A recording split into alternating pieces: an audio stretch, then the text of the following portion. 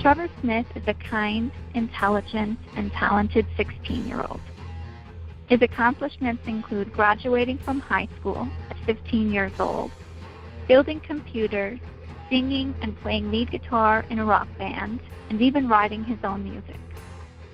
These are amazing accomplishments for anyone, but for Trevor they are even more so, since he has done these things in spite of having severe and debilitating Tourette syndrome. Trevor was diagnosed with Tourette's at 7 years old. His condition was mild to moderate at first, concentrated mainly in his upper body. But when he was about 12 years old, his Tourette's worsened rapidly. Suddenly, Trevor had uncontrollable neurological tics from his head all the way down to his toes, literally. Trevor suffers from chronic pain after a decade of twisting, contorting, and jerking his body. Attempts to relieve his pain are basically futile because the source, the constant violent movements, is always there. Trevor has been through the entire list of available medications for Tourette's, and he has even taken some experimental drugs, $5,000 a month drugs, all in hopes of finding relief, but relief was not found. Instead, his parting gift from that pharmaceutical adventure was extreme weight gain. What was most frustrating about the medications that are available for Tourette's is that they don't really work at all and they cause you to gain a lot of weight. I would eat right and exercise daily on many days. I would even walk to the gym if my parents couldn't give me a ride. But still, the scale would continue to go up. Since I came off all medications for Tourette's, I've lost over 50 pounds. Trevor was approved by the Mayo Clinic's Neurological Board to receive deep brain stimulation surgery with Dr. Kendall Lee. This was no small task.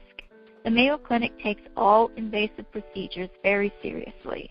This is why the entire board had to agree that no other medication or therapy would help. It took over a year to get this approval.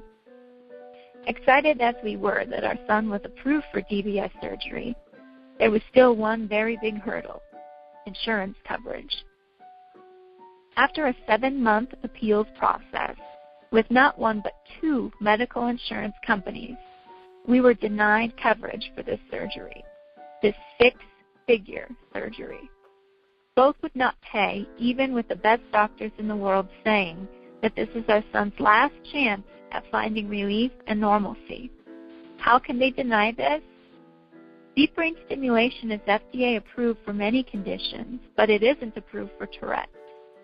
The only reason it isn't approved is because there simply are not enough people with severe Tourette's to warrant the millions and millions of dollars it would take to get that FDA approval. But without that approval, insurance companies have no obligation to pay for this procedure for anyone that has Tourette's, no matter how severe their condition is. I get a lot of rude comments from both kids and adults.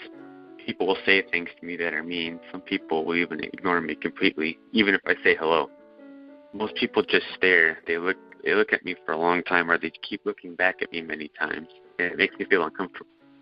It happens all the time, at restaurants, at the gym, the movie theater. Everywhere I go, people stare at me. I think going to college would be very difficult with Tourette's. It's hard to read and write. Everything's always moving. When I'm playing music, sometimes my tics will calm down. There are even times when I'm playing where it seems like my Tourette's is gone completely. Most people with Tourette's experience this phenomenon during some type of activity that they do. For me, it's playing music.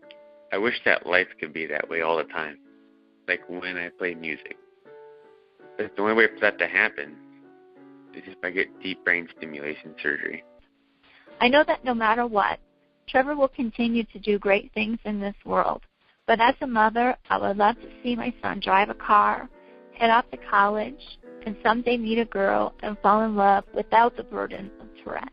After being denied coverage by 2 insurance companies, my husband and I are faced with having to pay for a surgery that costs as much as a house. Fundraising is our last option.